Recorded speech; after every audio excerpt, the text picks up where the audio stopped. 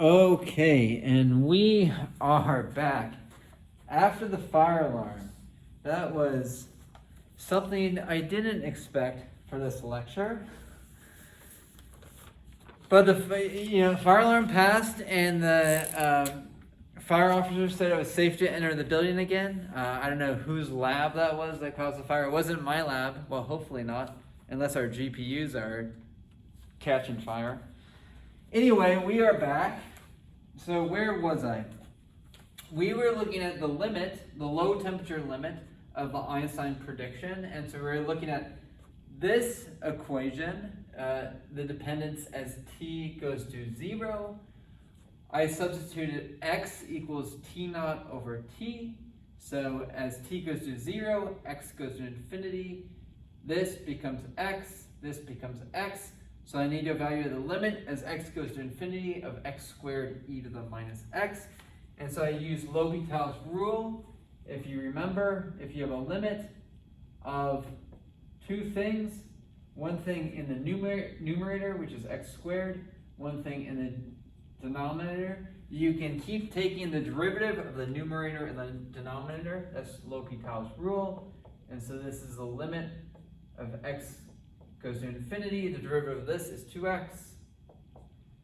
Derivative of this is, when I put this in the denominator, it's just e to the x, not e to the minus x. The derivative of e to the x, of course, is e to the x. That's why e is such a natural number, right? Okay. This doesn't really help because I still have infinity over infinity. I do it one more time, and so you get the limit as x goes to infinity of just 2 over e to the x, which is just 0. Okay? And so what this tells me is that Einstein predicts an exponentially decreasing heat capacity at low temperature. Predicts exponential dependence of the heat capacity at low temperature. Okay? And this is wrong, right? Because if I look back at my graph of copper, what the experimentalists find was that the heat capacity goes as T cubed, right? So we want a T cubed dependence of the heat capacity at low temperature, not exponential. And so this is wrong. And maybe it's not surprising that it's wrong because this approximation that all photon frequencies are the same is a pretty extreme approximation, and that approximation can't capture the correct physics. So I think it's wrong. Let's see what happens at high temperature, okay? So what happens at high temperature? Maybe at least Einstein will get that right. We're still working with this equation. At high temperature now, the exponents are going to be small, right? Because at high temperature, the thing in the exponent is close to 0. And when I have exponentials of small quantities, what do I always do? I always Taylor expand, right? So what I'm going to do at high temperature is I'm going to Taylor expand this, I'm going to Taylor expand this. So at high temperature, T naught over T is much, much less than 1. These terms are small. It's Taylor expand. And so I get CV equals 3NKB. I still have T naught over T squared. Now I'm going to Taylor expand my exponential in the numerator. Okay? So you should remember the Taylor expansion of e to the x, 1 plus x over 2, etc. So I have 1 plus, here x is t naught over t, 1 plus t naught over t. Because t naught over t is small, I'm going to drop higher order terms. In the denominator, I do the same expansion here. 1 plus t naught over t plus dot dot dot. and then I have the minus 1 at the end, and that whole thing's squared. Okay? And so this one cancels minus 1 into leading order in the denominator. I have t naught over t squared. So CV then, if I just take my first order term, 3nkb t naught over t squared. And then I'm going to take the 1 in the numerator, and then this one cancels this one, and my lowest order term is t naught over t squared. When I flip that, I get t over t naught squared. So times t over t naught squared. And so this times that is just 1, and I get CV equals 3nkb, which is correct, right? That is the law of Dulong and Petit. That is the high temperature experimental limit that I was trying to reproduce. So Einstein's approximation, even though it doesn't get the low temperature limit right, it gets the high temperature limit right, and so this is correct, right? This is the law of Dulong and Petit. Okay? And it's also the equipartition theorem.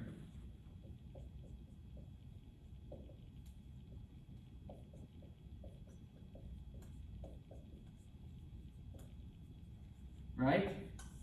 Because my system of phonons, all these phonons are non-interacting, right? That's how we define what a phonon was. It was a special coordinate transformation that gave my Hamiltonian in terms of 3n non-interacting harmonic oscillators. And so what equipartition says is in the classical or high temperature limit, each degree of freedom will have 1/2 kT worth of energy. Our harmonic oscillator has 2 degrees of freedom, right? A kinetic and a potential. We talked about that in diatomic gases. So each harmonic oscillator has kBt worth of energy.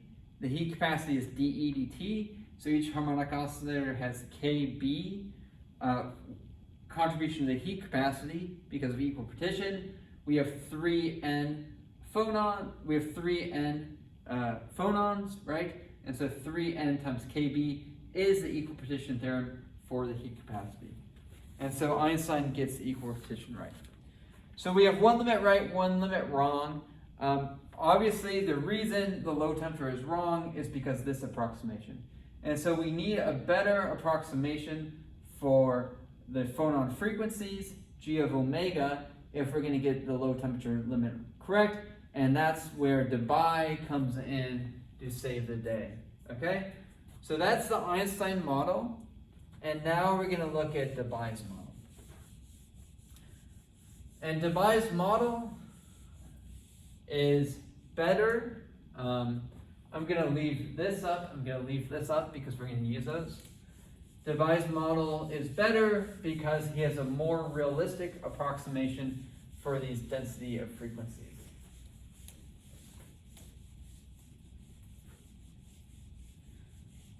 Okay, so how is Debye going to do this? You know, we're back in 1910. We don't know quantum mechanics. We definitely don't have density functional theory. But we do know something about acoustic waves. Okay, sound waves. And what Debye is going to do is he's going to use continuum mechanics and the theory of sound waves to approximate this density of frequency g omega. So let me write that down. So the Debye model. Okay. And so we're going to come up with a better formula.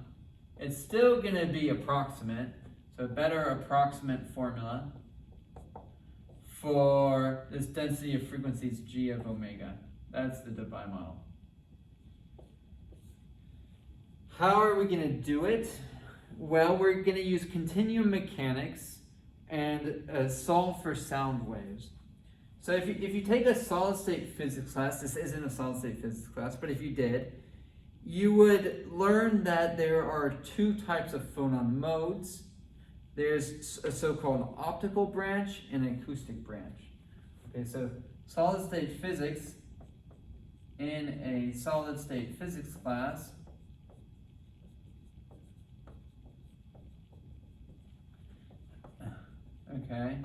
you would learn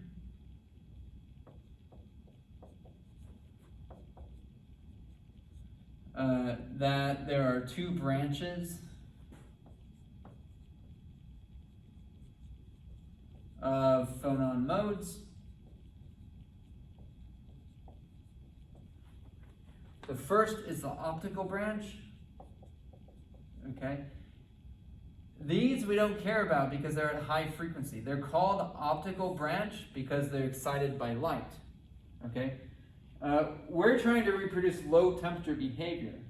So low temperature means low energy, and so we're not going to excite the optical branch at low temperature. So these are higher frequency. Okay. We don't care at low temperature. Okay? They're too high energy to be excited at low temperature. So we don't care about those. What we do care about is the other branch. It's called the acoustic branch.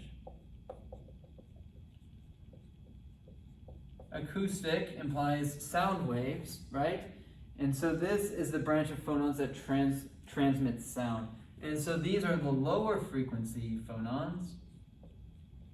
And these we definitely care about, okay? Because these are what are going to be excited at low temperature, okay? These we need to include at low temperature, okay? So the Ansatz is if we can treat the acoustic branch of phonons right, which are the low frequency phonons, we can get this low temperature behavior right. And we have a clue of how we're going to do it, right? Acoustic means sound. So we're going to treat these phonons as sound waves. And so what Debye does, okay, he's going to treat the acoustic phonons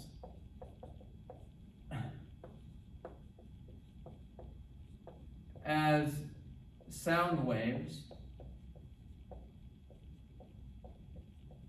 using continuum mechanics, the wave equation. Okay, so continuum mechanics means we're ignoring all of the atomistic details of the crystal, right? We're ignoring the fact that the crystal is built up of atoms. Instead, we're assuming that it's just a continuum. This is fine as long as we're at long wavelength, right? Because at long wavelength, the atomic detail gets washed out, and we'll see that low frequency is long wavelength, and so this is a fair approximation for these lower frequency modes, okay? And so what we want to do for sound waves, the key point is that we have a relation between the frequency of the sound wave and the wave vector, or the wavelength.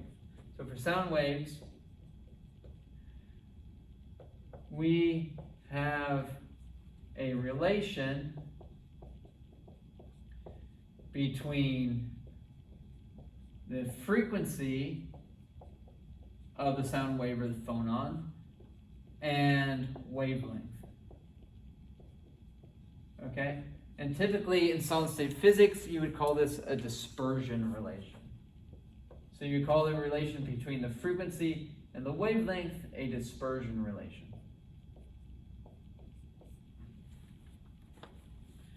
Okay, and the relation is this. It's nu. Nu is the frequency in hertz. equals c, the speed of the sound wave, over lambda. Okay? So the c is not the speed of light here, it's the speed of sound in the medium. In the particular crystal, okay, it will depend on the crystal density. The speed will depend on the density. This frequency that we want in G, the radio frequency, is related to nu by a factor of 2 pi, right? So nu equals 2 pi, omega equals 2 pi nu equals 2 pi c over lambda. Okay? And this is the frequency in the density function that we need to get the heat capacity. Okay? So how do we get this relation? This relation comes from the so-called classical wave equation, right? So sound is a wave, and so in continuum mechanics, you use the wave equation just to describe sound waves in a continuum media. Maybe some of you have seen the wave equation before if you've taken a partial differential equations class. If not, it may be the first time, so I'll just write it down and discuss it briefly. Okay, so sound waves are described by the classical wave equation.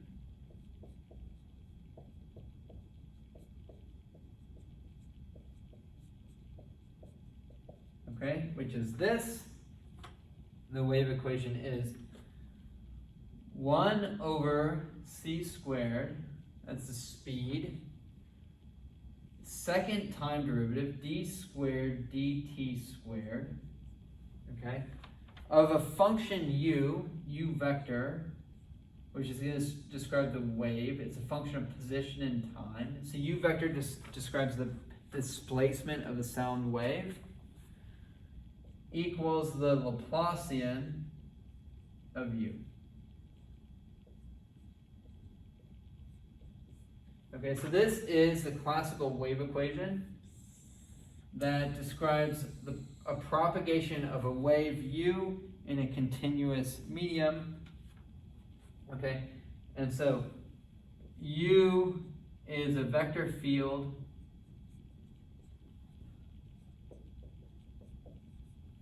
that indicates the displacement of the solid from its equilibrium.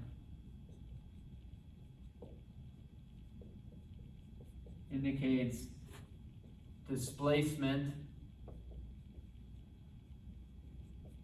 of the crystal, okay? The displacement of the crystal at point R and time t, okay? So at R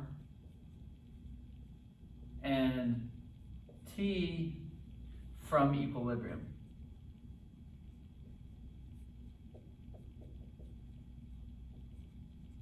Okay.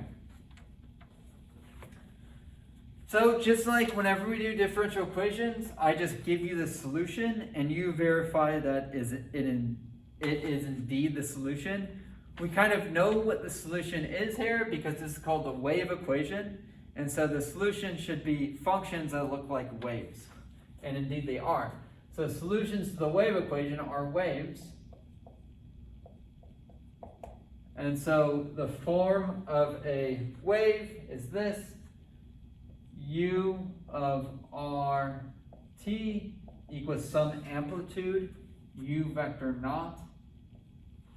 Okay, some amplitude modulated by a periodically varying function, e to the I k dot r, where k is the wave vector of the wave, and a time varying function, e to the, this could either be plus or minus I omega t, right, where omega is the frequency of the wave. And so this is the solution to the wave equation.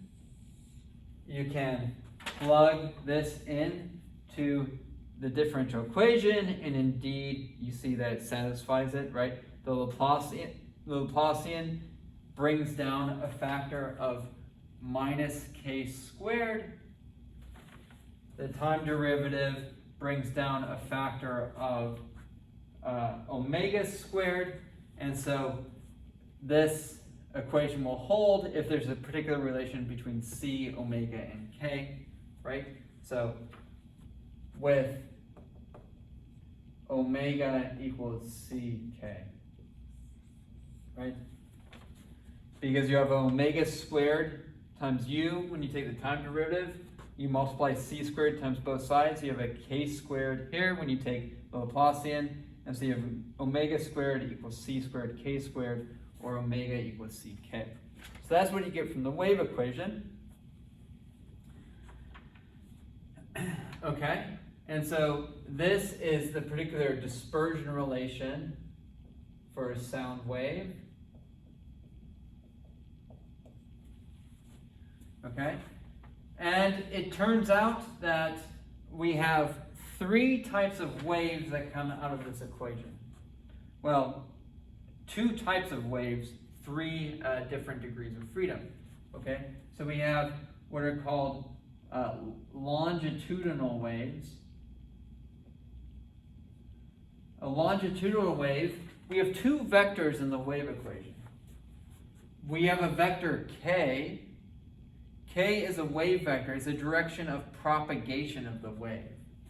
Okay, so u is the displacement of the crystal from equilibrium, right? So k is the direction the wave is moving, and u is how the wave displaces the medium. And so in a longitudinal wave, u naught is parallel to k. Okay? And what this means is that the displacement of the wave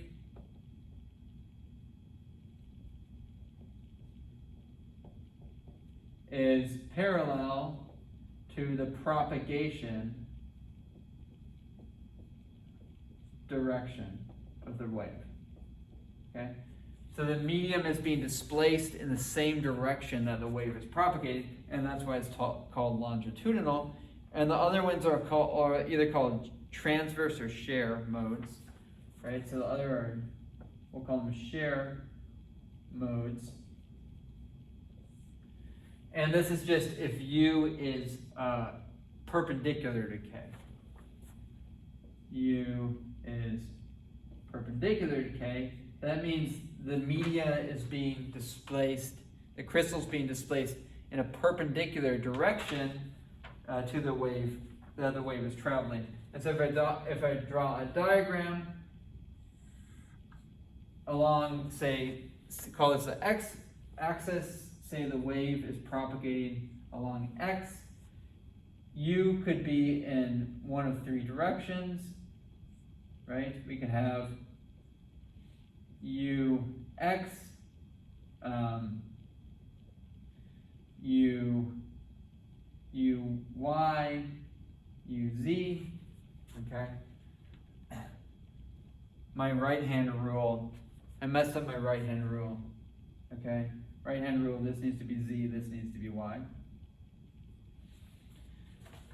Okay, and so I have three different possible waves here. One is if u is along k, and the other two is if the displacement of u is perpendicular to k. Okay, and so these two are the shear modes, and ux would be the longitudinal. Okay, so I know my dispersion relation, so I know the frequencies of my waves. What I don't know is what are the allowed wave vectors k that go into this wave equation. And so we're going to use periodic boundary conditions to find the allowed values of k. So what are allowed values of k, of the wave vector? Okay, so we're going to use periodic boundary conditions. We're going to say for a volume V equals L cubed. Okay? And we know how to use periodic boundary conditions. We used periodic boundary conditions when we were working with a monatomic gas and we were solving for the translational eigenfunctions and eigenvalues. And so what periodic boundary conditions tell us, it quantizes the values of k in the exact same way we saw before. It tells us that the allowed values of kx are 2 pi over L times any integer, call it nx. Ky can be 2 pi over L times ny. Kz can be 2 pi over L times nz, right? Where nx, ny, and z are any integer. Okay? This is same as for what we saw in the ideal monatomic gas.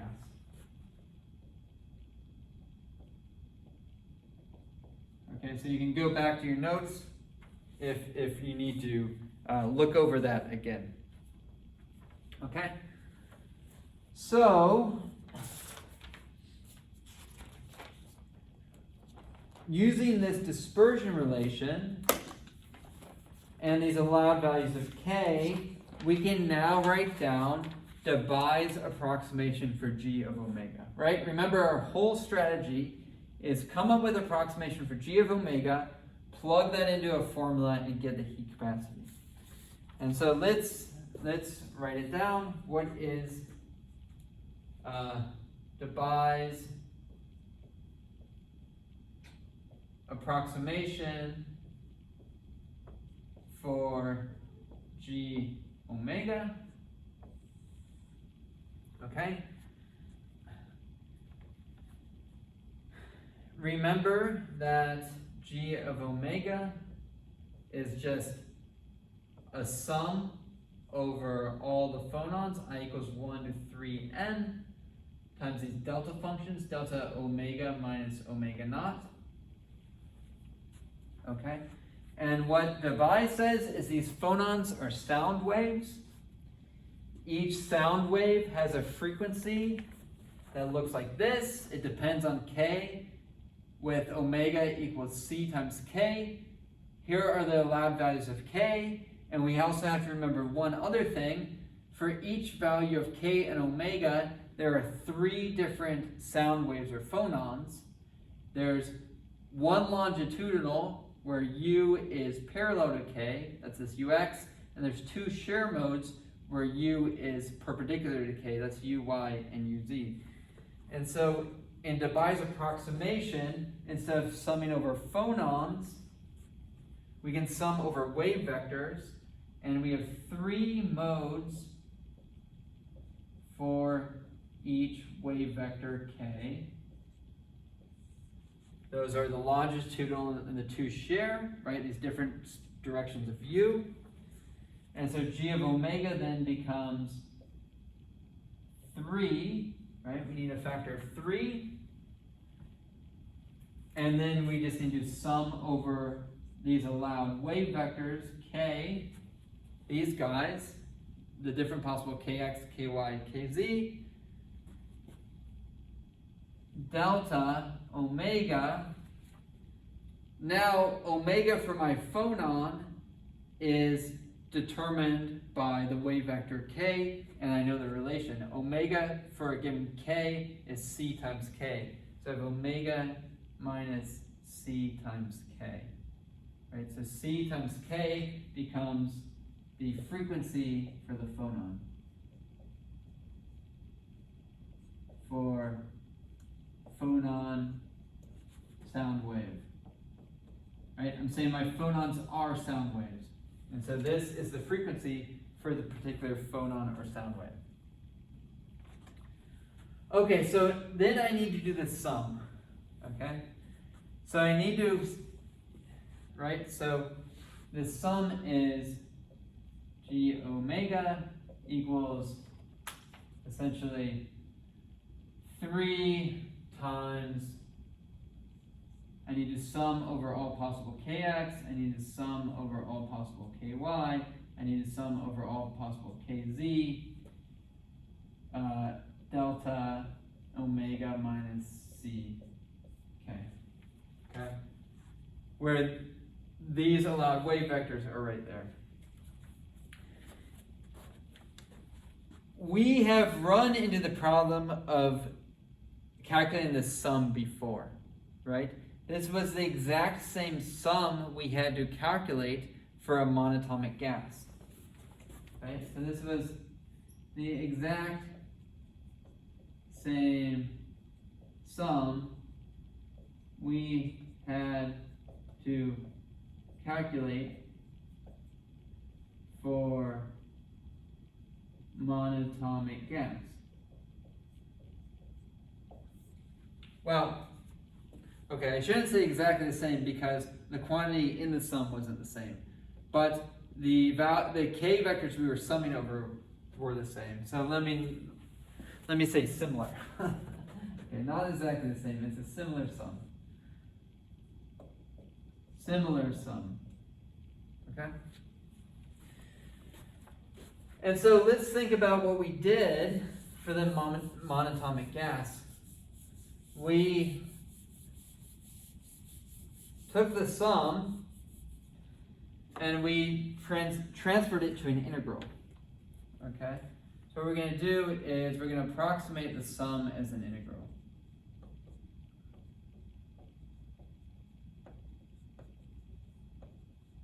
Okay? How do we do that? We need to take a limit of something, right? And the way we did that, so we did this before. Okay? And remember what we did is we said, I'm just going to take one of these sums. We said a sum over kx was equal to a sum over kx, delta kx over delta kx. We want to take a limit, right? So we want to introduce a delta, which is the difference in kx between nearest terms in the sum. Because kx is 2 pi over L times an integer, delta kx is 2 pi over L, right? That's the difference in wave vectors between adjacent terms in the sum.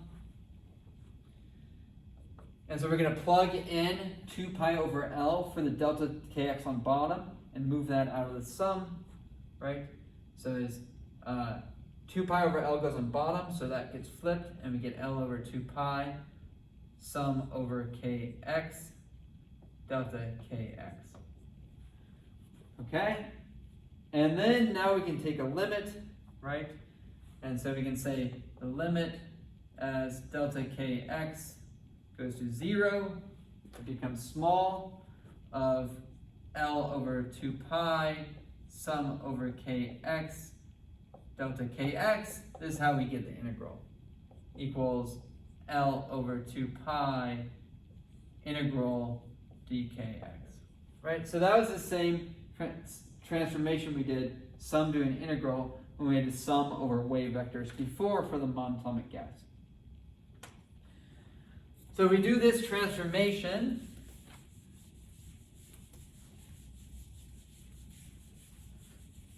okay? So now I'm going to use this transformation on the 3 different sums here, and then I can get g of omega, okay? I have a 3. I'm going to pick up a factor of L over 2 pi for each of my sums, for the kx, ky, kz. So I'm going to get 3 factors of L over 2 pi. So this thing's going to be cubed. L cubed is just v. So I'm going to get v over 2 pi cubed. So I'm going to get equals 3v over 2 pi cubed. Okay? From my sum to integral transformation. And now I have a 3-dimensional integral over my wave vector t dk vector, right, is just shorthand for dkx, dky, dkz, times this delta function. Delta omega minus ck. Okay? So that's this expression going from a sum to an integral, right? And this is, of course, approximation because I've gone from a sum to an integral. Okay, so now this is a three-dimensional integral, but what I'm integrating, my integrand, only depends on the magnitude of the vector in Cartesian k-space.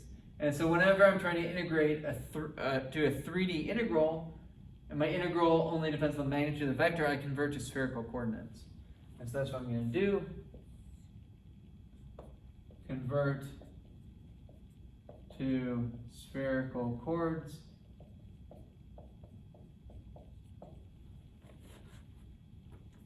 And if I do that, I get 3v over 2 pi cubed. That doesn't change. I mean, I get a Jacobian. My angular, I can just integrate out. I integrate out the angular, that's going to give me a 4 pi. So I get a 4 pi by integrating over the angle. Now I have the radial part of the integral, 0 to infinity. I pick up a k squared dk in the Jacobian. And then I have this delta function, delta omega minus ck. Okay?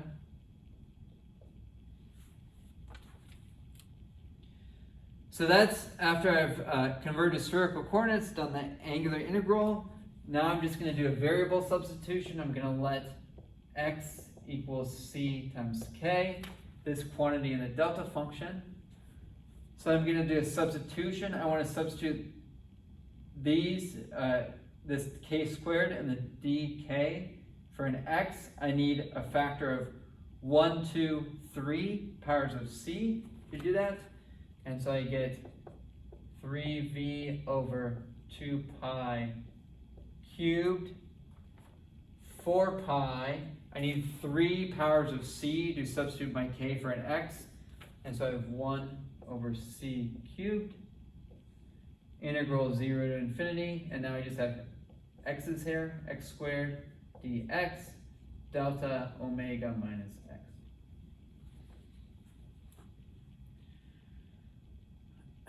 Okay, so now I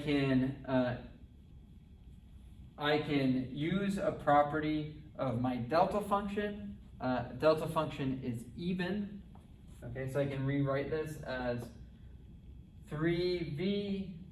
I have a 4 pi here. I'm cubing my 2 pi, so this gives me 8 pi cubed, and when I cancel out the 4 pi, I get 2 pi squared in the denominator.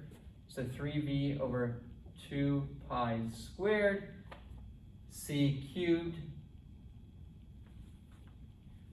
Okay, integral from 0 to infinity, x squared dx. Now in this delta function, I can switch the position of the x and the omega because it's an even function. X minus omega, okay? Because the delta function is even.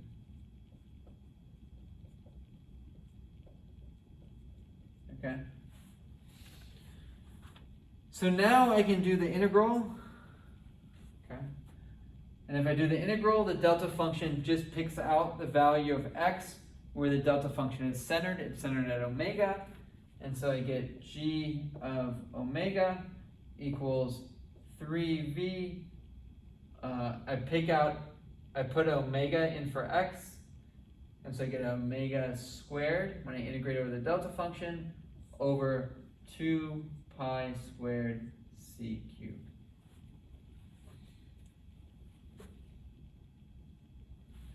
So that is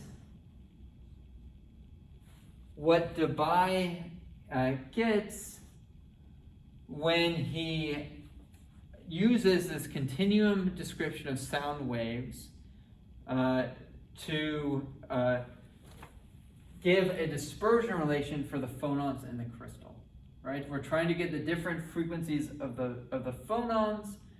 We have this dispersion relation for the phonons. We know the Ks are quantized using these periodic boundary condition that we used before for the monatomic gas. And so the Ks give me the omegas, and that's how I get my G of omega. Okay? And there's one last thing we have to be careful of, and that's the normalization. Okay? So omega, this puts no condition on the highest value that omega can be, right? So this says, well, omega could be anything, and G is just going to grow to infinity as omega goes to infinity. But omega can't be infinitely large because we need this thing to be normalized. Okay, so remember the normalization condition.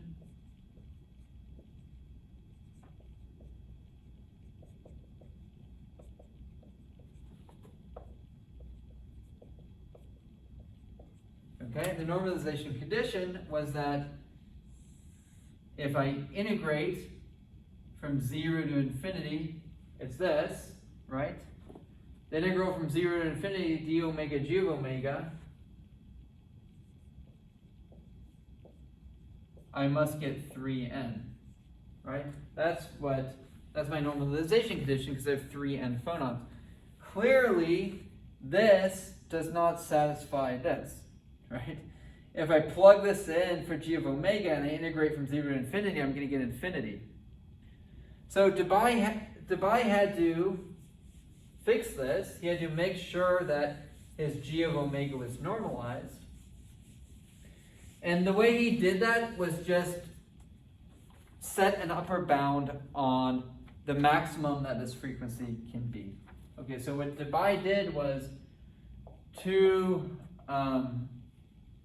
meet normalization requirement,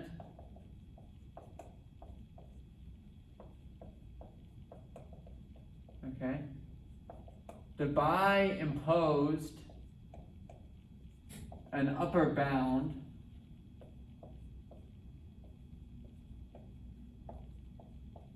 on the allowed frequencies.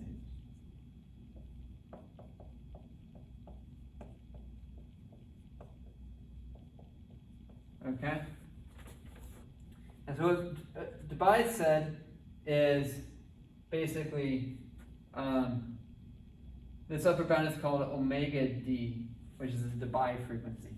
Omega d is the Debye frequency, which is the upper bound. Okay? And the way to rationalize this, right, is that we've used the continuum wave equation.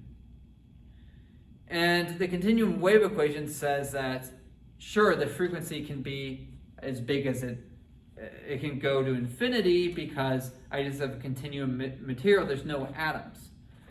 And so what this upper bound is doing is it's compensating for the fact that we are crystals made up of atoms. And the frequency can't get infinitely big, right? Because the atoms are in fixed position and the wave can't be a shorter wavelength than the distance between nearest atoms, right? And so there's a upper bound on the wave vector due to the fact that the atoms have finite distance between them, and that puts an upper bound on the frequency. So that's really the Debye frequency puts back in the atomistic detail of the crystal. That's how you can think about it. Okay, so if we do this, what we're going to do is we're going to say that this normalization integral becomes, so normalization integral becomes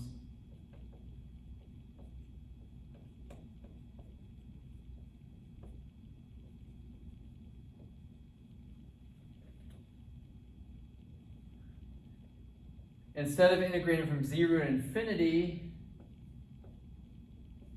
okay, we're saying, okay, the frequencies can't go to infinity. The maximum they can go is to omega d, right? We go from 0 to omega to pi. That's the maximum frequency they can have. And now we plug in the expression for g of omega, which is 3v omega squared over 2 pi squared c cubed, okay? And we're going to set this whole thing equal to 3n, okay? So we're going to force this to satisfy the normalization condition, and that's going to define what omega d is. So I can do this integral, right? So I do this integral, I get 3v over 2 pi squared c cubed. Integral, sorry, I need a d omega. Integral d omega omega squared is 1/3 omega cubed. So evaluated at the upper limit is omega d cubed over 3. That's doing the integral, and this thing has to equal 3n. Okay? So then I can solve both sides for, I can move everything to the right except for omega d. So you get omega d cubed equals 6 pi squared n over v times c cubed, right? This 3 cancels this 3, the 2 pi squared c cubed move over here, and I get a 6 pi squared n over v c cubed. Or I can write omega d equals the cubed root of this thing. So c already has a cube, so I can say c times 6 pi squared n over v to the 1/3. Okay, n is a number of atoms in the crystal. V is the volume of the crystal. So n over v is the density of the crystal. Right, so you can say the density of the crystal rho is n over v. This is the density of the crystal.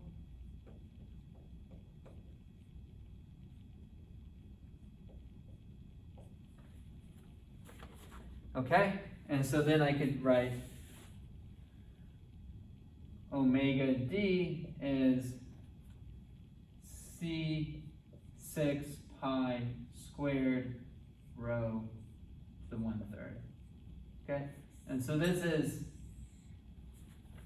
the requirement for this upper frequency bound that Debye says has to exist due to the atomistic nature of the crystal that satisfies the normalization condition.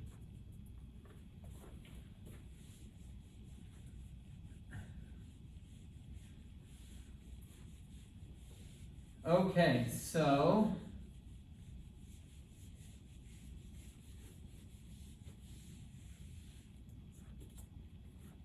now I want to write my final expression for g of omega. Okay, so to do that, note this. Note also, in my g omega, I have an expression, I have a term 3v over 2 pi squared c cubed.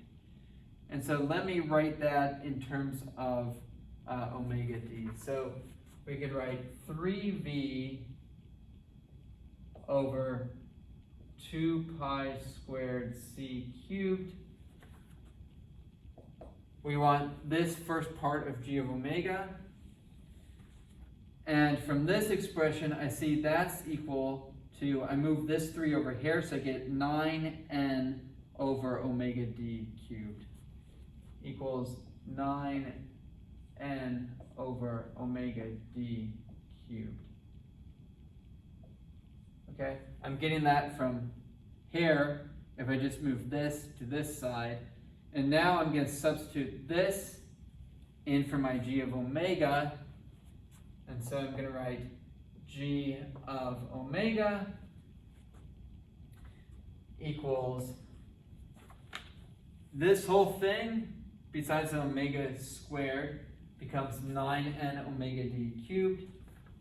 So 9n omega d cubed. And now I have my omega squared. Okay? And then there's one other thing I want to put in, right? I want to encode the fact that omega cannot be bigger than omega d. And so to do that, I'm going to introduce the Heaviside function. So I'm going to write theta omega d minus omega. Okay, and so this is my final expression, Debye's expression for g of omega, right? And so this is a Heaviside function. We've talked about this before. It basically, theta x equals 1 if x is greater than 0, and 0 otherwise if x is less than or equal to 0. Right? And so if omega is less than omega d, then this is positive and equals 1. If omega is greater than omega d, then this is negative and this equals 0. And so putting in the Heaviside function encodes the fact that omega cannot be larger than omega d. Right? And so this is the final expression for Debye's approximation to g of omega. So after all that work, let's see what happens when Debye uses this expression for the heat capacity. Okay, so now let's use this g of omega to calculate the heat capacity. So Debye's prediction for heat capacity.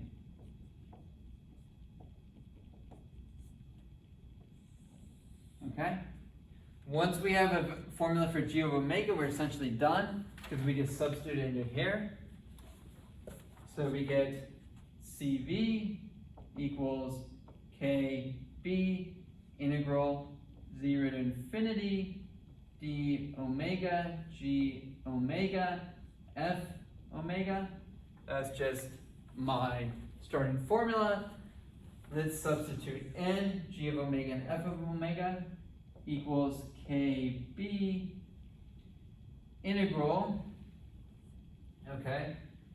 I'm going to anticipate I have the Heaviside function, and I know I only need to integrate to omega d because if the frequencies are larger than omega d, this becomes 0. So I can just integrate from 0 to omega d omega 9n over omega d cubed times omega squared. That's substituting for g of omega. And my Heaviside function is encoded in this upper limit. Okay? Now I need to substitute in f of omega, which is this. So f of omega is h bar omega over k bt squared e to the h bar omega over k bt over e to the h bar omega over k bt minus 1 squared. Okay, so this is the expression for CV. Let me go over here.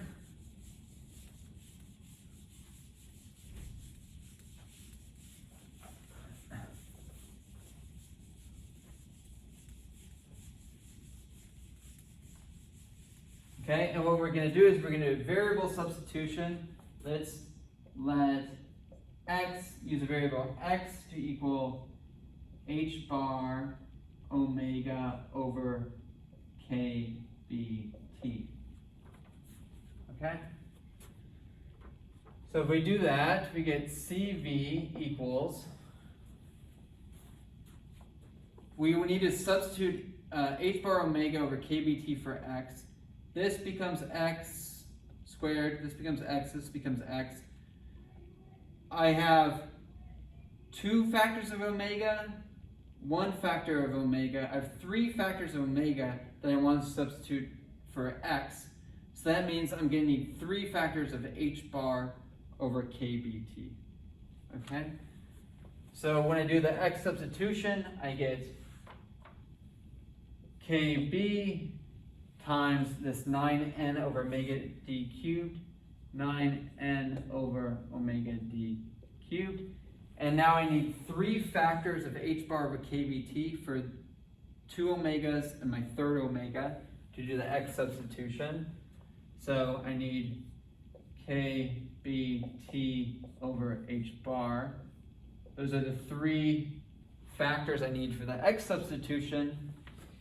And then I can substitute in for x. I have to change my bound.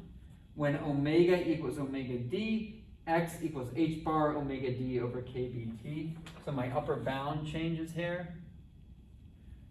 H bar omega d over kbt. Okay, and now everything else becomes x. So I have a dx.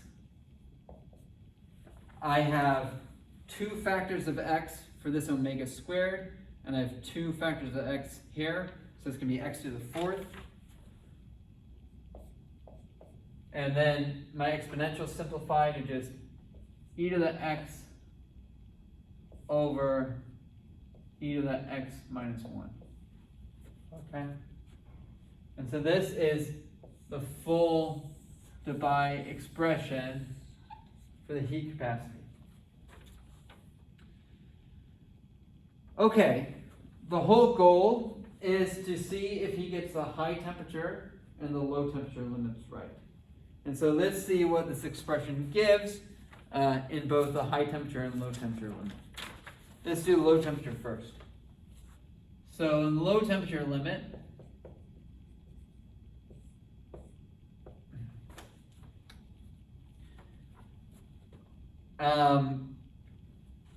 let me make another definition before I do this. Just like I defined an Einstein temperature, I'm going to define a Debye temperature. Okay, so define TD, this is the Debye temperature, is defined as h bar omega d over kb. Okay, this is the Debye temperature.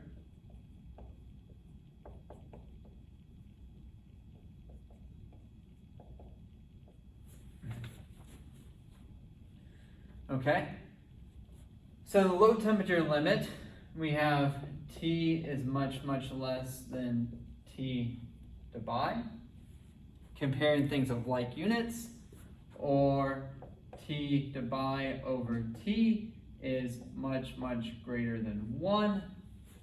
Okay.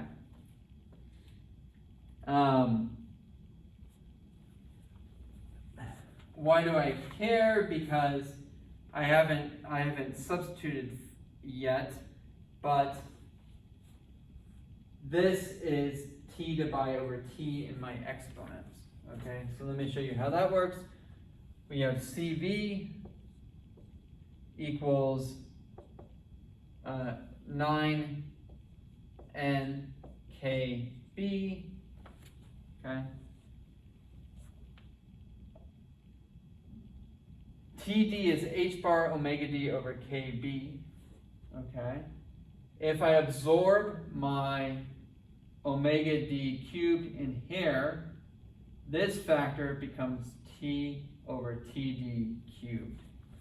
Right? So t over td cubed. That's exactly what I had before. Okay.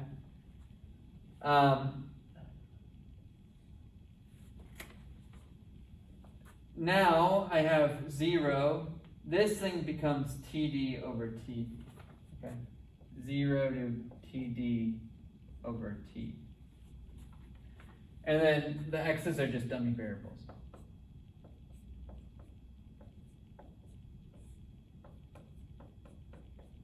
Okay, so this is the same expression as this, it's just using this definition. Now, if TD over T is much greater than 1, this is a big thing.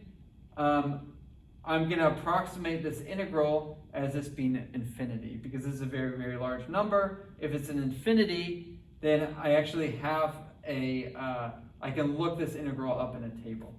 So for TD over T much greater than 1, I'm going to approximate the upper bound here as infinity. It's CV is approximately 9n kb T over TD cubed.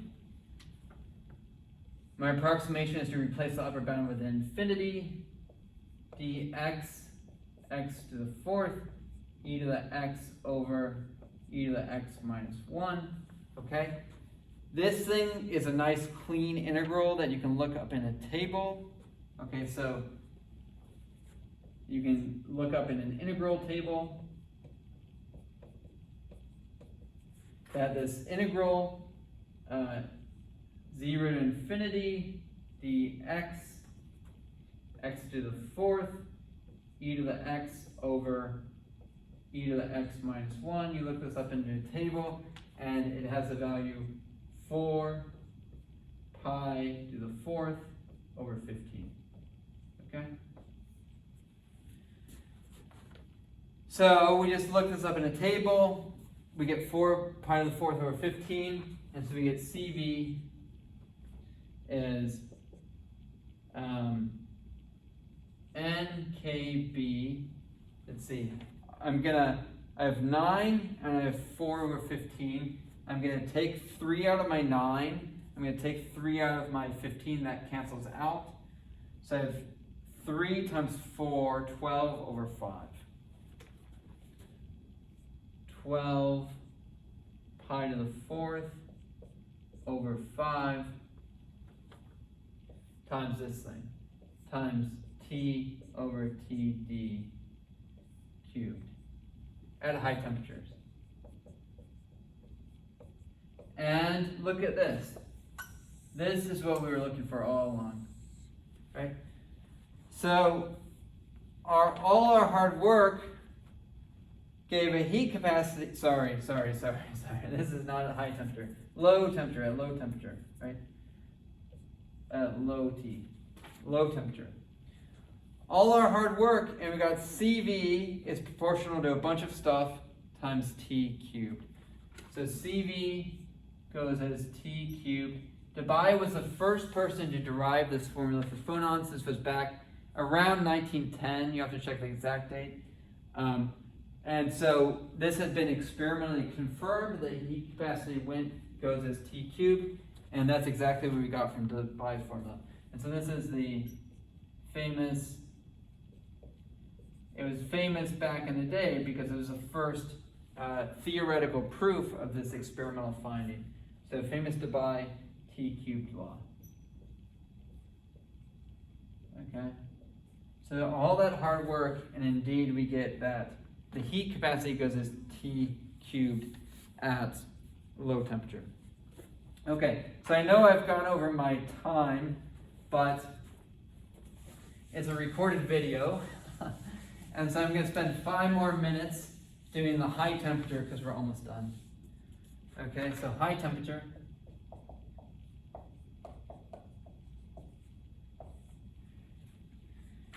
High temperature, T is much, much greater than TD. Or TD over T is much, much less than 1. So for high temperature, what we're going to do is we're going to take this formula. If TD over T is much, much less than 1, then the greatest value that x can have is something much, much less than 1. So for every value in the integrand, this e to the x is a small number, and I should Taylor expand, right? I always Taylor expand to e to the x when x is a small number. So I'm going to Taylor expand.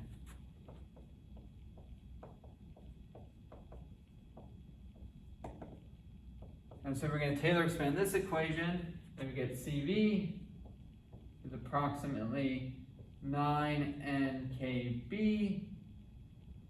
t over td to the third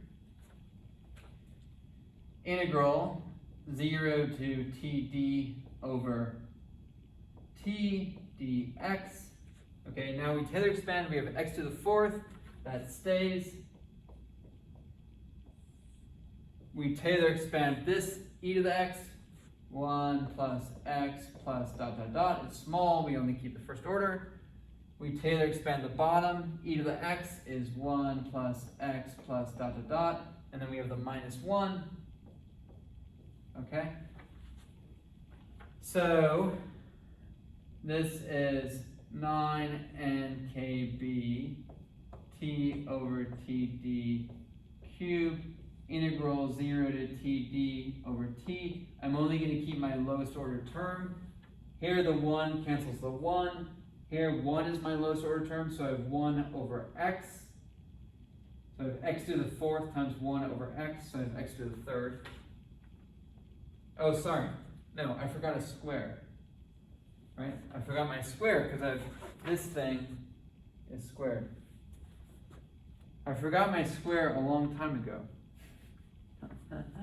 Okay. Right? I always have a square right here. So I forgot my square in this one, I forgot my square in this one. So this is the problem of giving a lecture to an empty classroom. If you guys were in this classroom, you would have called me out a long time ago on missing the square. But without students to call me out on this, I've dropped my square, who knows, for the last 20 minutes. Okay, but you guys can go back and fix, you know there should be a square there, you know there should be a square there. Okay? This thing was squared, and so we get x to the fourth over x squared. We have an integral of x squared. And so this whole thing is just 9nkb t over td cubed. This is 1/3 x cubed evaluated at td over t, so 1/3 td over t cubed. This cancels this, equals 3nkb. Exactly what we want, right? Law of Dulong and Petit, and equipartition. Okay? So the point is that both Debye and Einstein got the high temperature limit right.